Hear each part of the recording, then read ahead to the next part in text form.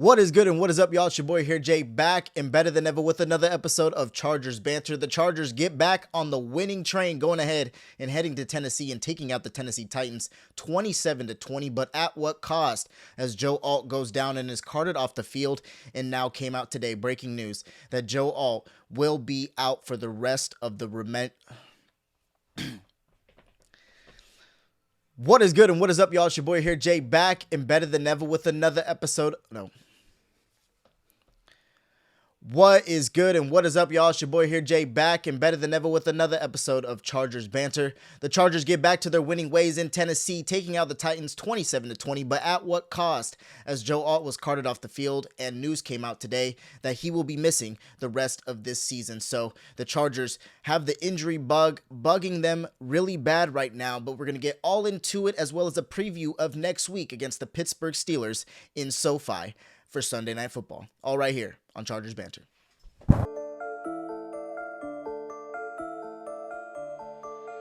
What's up, Bolt fam, and welcome back to another episode of Chargers Banter. The Chargers get back to their winning ways, taking out the Tennessee Titans in Tennessee 27-20, but at what cost? Joe Alt was carted off the field with an ankle injury after just coming back off an ankle injury, so he re-aggravated it, and news came out today and broke today that he will be missing the remainder of this season. So it's a big dagger to, this offensive line. It's a big dagger to this offense, a big dagger to the team. And I know it's a big dagger to this fan base. I feel like we've been accustomed to things like this happening in history of the Chargers, and you don't want to get used to it. You don't want to expect these things to happen, but I'm numb to it.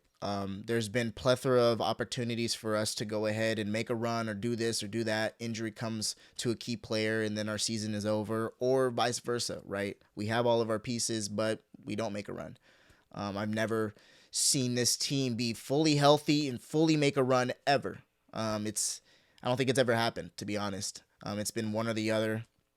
And yeah, guys, it's a big dagger. It's just such a downer, especially the fact that he came back. The line was playing a lot better.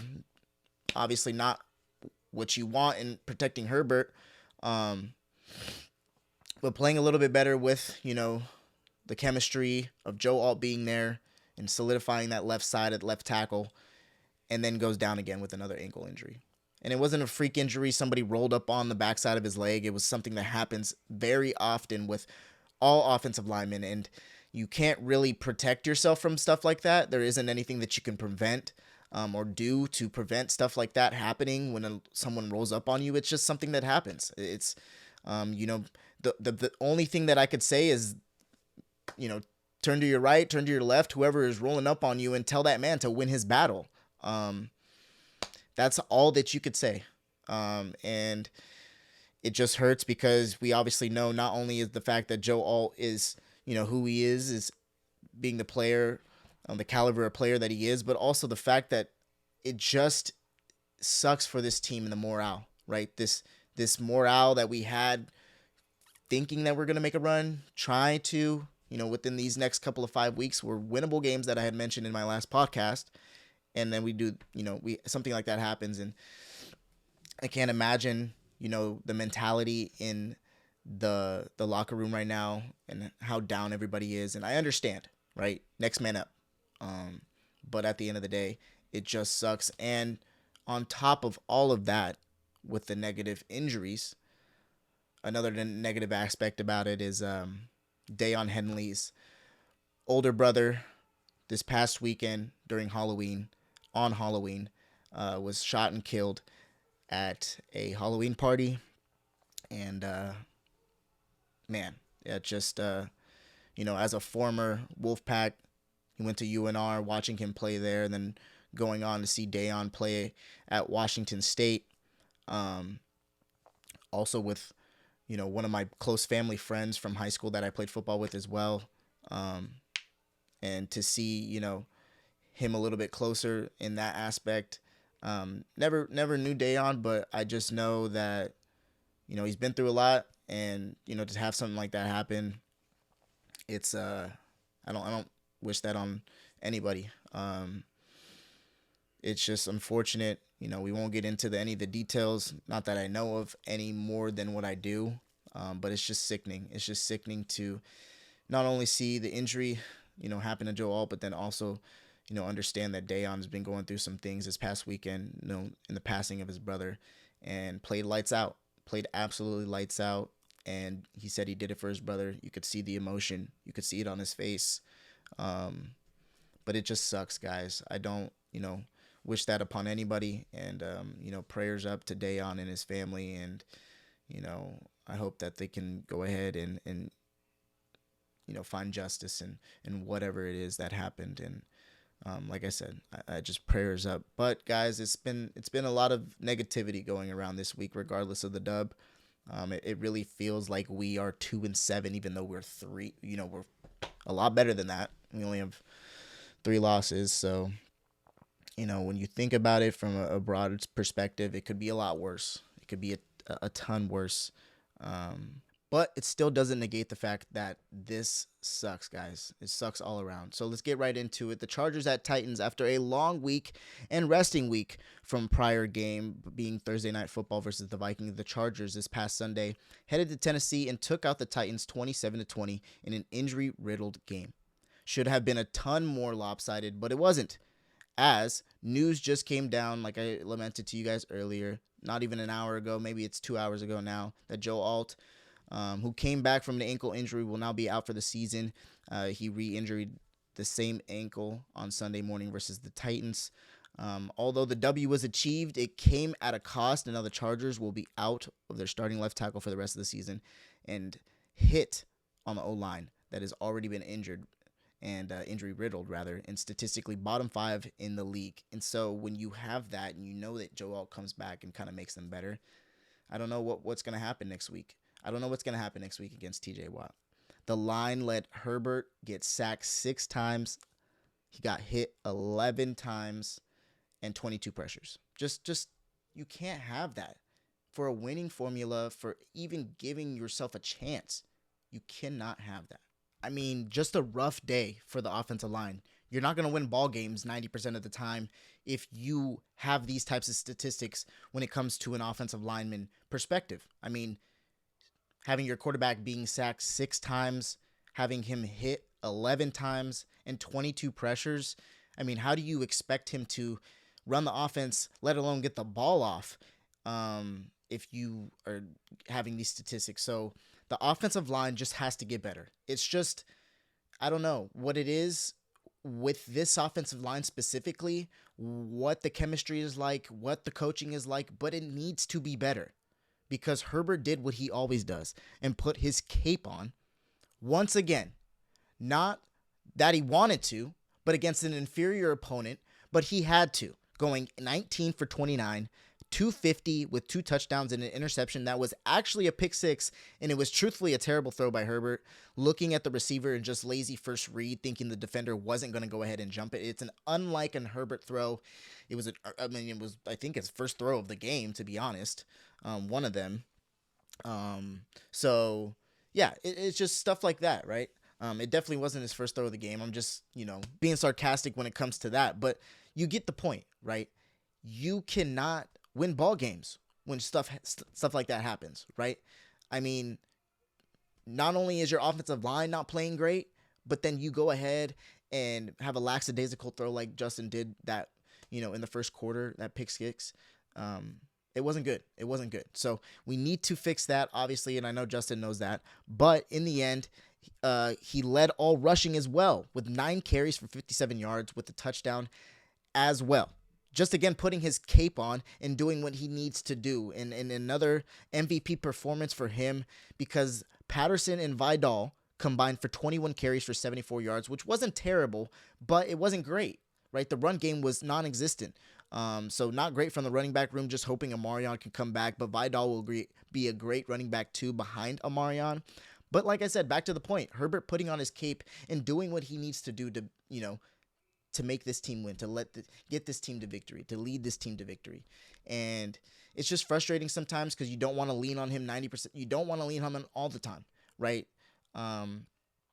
But, I mean, eventually you're going to have to. I'm just hoping and praying that he stays healthy, because that is the prized possession. We haven't drafted well in previous years. We haven't, gone out and got free agent talent to, secure backup positions. I mean, we are just so lackadaisical when it comes to offensive line. And I have been one to not want to go after offensive line in the first round, right? I feel like there's a lot of talent in other positions, because ultimately offensive line is one of those situations where availability, in any position, your best ability is availability. But more so than anything, I know with the Chargers' history with injuries, that an offensive lineman specifically in that manner, he better be an all-pro and he better be healthy, because one of the two things, that's going to be a wasted pick, right?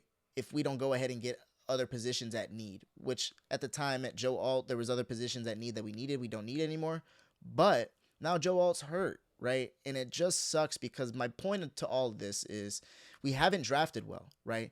And I had been one lamenting to not wanting to draft Joe Alt just because I figured there was other positions of need, and I wanted Joe Alt wholeheartedly. I did. But in that position, I just felt like we could have went one or two ways. It doesn't matter now, because I'm so happy with the pick that we have, because of the fact that he is the all-pro talent that I was hoping and praying for, because I'm hoping he wasn't bust. Because I'm not gonna lie, guys, in previous history, when the Chargers draft really early offensive linemen, it hasn't gone well. Besides Rashawn Slater. Besides Rashawn Slater, it hasn't gone well, guys. I mean, DJ Fluker was a fluke. So you get my point, right? There's a ton of, I think, more upside in drafting an athlete per se than risking it all on offensive line. But offensive line comes so seldom. So that's why we went ahead and drafted it, and that's why I know the importance of it. But that's also why you want to go out and get free agent talent. That's also why you want to go out and draft, in the back end of rounds, some offensive linemen. I think we did this past season, but we haven't seen any of them come into play. Maybe they're more practice squad players and they're not ready yet, but that just is more, of an emphasis to go out in free agency and pick up the pieces that you need most. And I just figured, I get it, right? If we don't draft offensive line, at least go in free agency and pick up offensive line, right? At the end of the day, we need to get better in that position, and we need to get healthier in that position so that we can be able to protect our prized possession. But Aronde led all receivers yesterday with 5 receptions for 68 yards. Ladd and QJ both had 4 catches for 50-plus yards, while Scott Matlock got his first TD of the season. And I think his career, to be honest, too. But that's an awesome TD for Scott Matlock early on in the game. And QJ also tacked one on later. But the defense showed out, and showed out well. Yes, it says they put up 20 points, but they only gave up, one touchdown, which came, or 2 touchdowns, which came off of a pick six and a punt return. So there wasn't a defensive touchdown or an offensive touchdown that was given up by the defense, and they had 2 field goals. So we had a goal line stand at the 1 yard line. That was great to see as well. So the defense all around played well, forcing 2 fumbles on Cam Ward, need to recover those, having 4 tackles for loss and 4 sacks and 5 QB hits, which is great. So that's great to see. But I mean, on the other side of the spectrum, they got six sacks, 11 QB hits, and 22 pressures. So it's like, we can do a little bit more. It's okay. But the defense is on the field, a lot, because of the fact that offense is, getting absolutely obliterated when we don't make big plays. And that's, that is honestly our blueprint. If we don't make big plays, if we don't make splash plays, it's probably going to be a recipe for disaster, because we can't run the ball. And the only reason we run the ball successfully is because of when we pass the ball. So, and I've lamented that in my past podcasts, guys. But the fact of the matter is the defense is keeping us, up, right? Afloat, if you will. Because our offense is just sometimes, very lackadaisical, if you want to go there. We can't screw up on offense because of the fact that, but on offense so bad, we can't screw up on special teams or give up points, or we are screwed. So, can't screw up on special teams or on defense, because the offense is so just mediocre at times, just mediocre. Overall, we got the W, but at what cost? So, we need to take a step back and I don't know, just grieve, because it's tough, guys. It's tough. But now on to the Titans, who honestly put up a pretty good fight. I mean, they gave up the points that they did, but they still had some, insane amount of pressures, 6 sacks, like I lamented to. The offense sputtered a little bit. Cam Ward looks to continue to find his footing and didn't have a TD all game long, but went 12 for 21, 145, and had 6 rush yards. Pollard and Spears combined for 82 yards on 17 carries. And Alec Ayomanor led all Tennessee receivers with 46 yards on 3 receptions. In the end, Tennessee had a chance, and that is what concerns me the most, with the lack of attention in specific areas and also having to press when the offense can't produce as much as they should. It's frustrating, guys. Like I lamented to, you can't screw up, right? When the offense isn't doing what they can. I mean, the defense feels like they can't screw up. They feel like they're on the field 90% of the time, and especially on special teams. We cannot give up special teams TDs if we're sputtering, especially against the Tennessee Titans. So it was a game that was, I don't know really how to feel about this game. Like I said, we got the dub, but it just feels weird because there were times that felt great, going good, then Joe Alt injury, feeling bad, and then you look at it even more and you're like, we're not playing well. So, but we got the W. So it's like, I don't really know how to feel about it, but you get the W, and wins are hard to come by in the NFL. So you have to feel, grateful for that in that manner. But at the end of the day, it's just frustrating, guys. It's just frustrating. It just sucks being a Charger fan sometimes. It really does. I love being a Charger fan, but it sucks. It's a love-hate relationship. But also, just quickly, how is Mike Devlin still our O-line coach?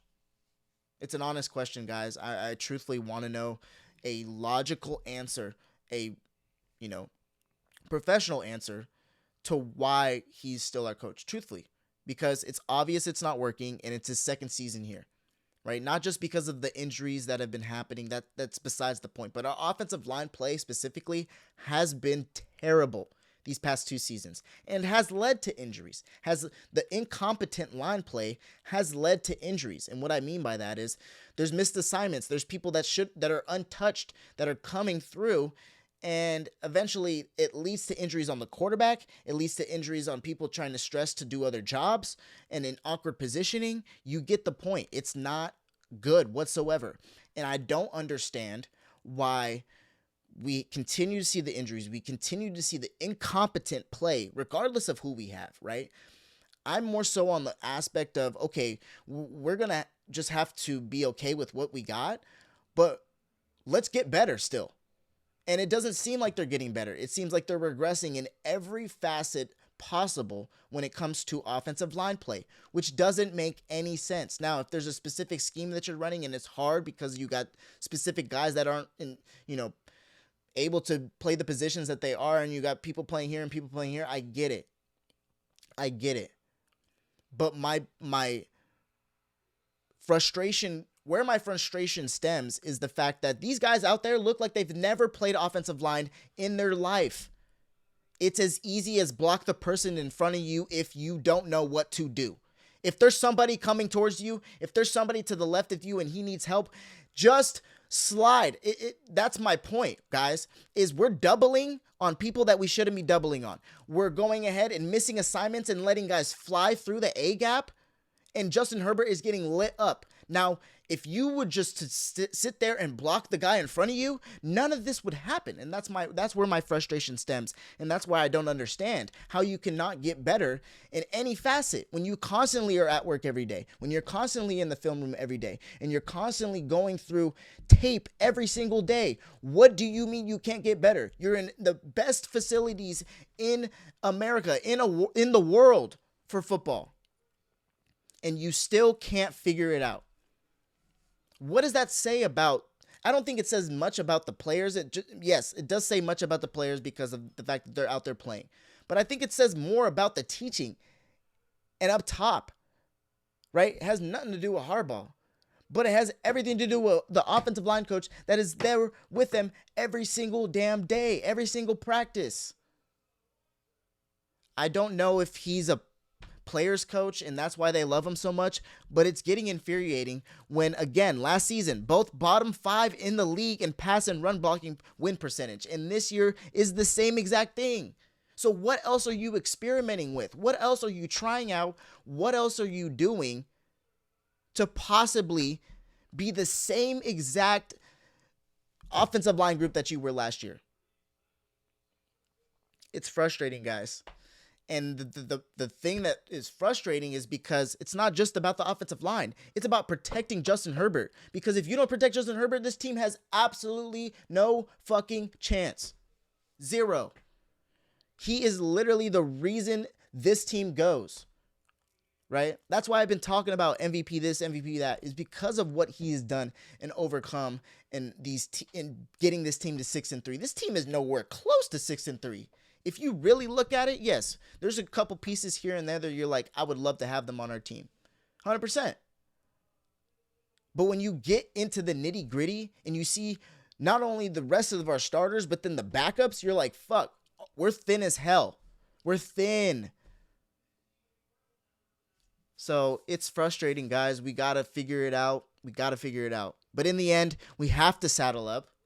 And prepare for possibly what could be a very embarrassing game on national television versus Sunday Night Football against the Pittsburgh Steelers and Aaron Rodgers. But luckily, it's at home. And proceed to have the whole media continue to bash the Chargers and talk about how we're losing this game and we're not, who everybody, thought we were, and because we're losing, to the Steelers and probably going to get, lit up. I'm not hoping that we do. I'm an optimistic fan. I'm just being real though, guys. Like, it's not looking great.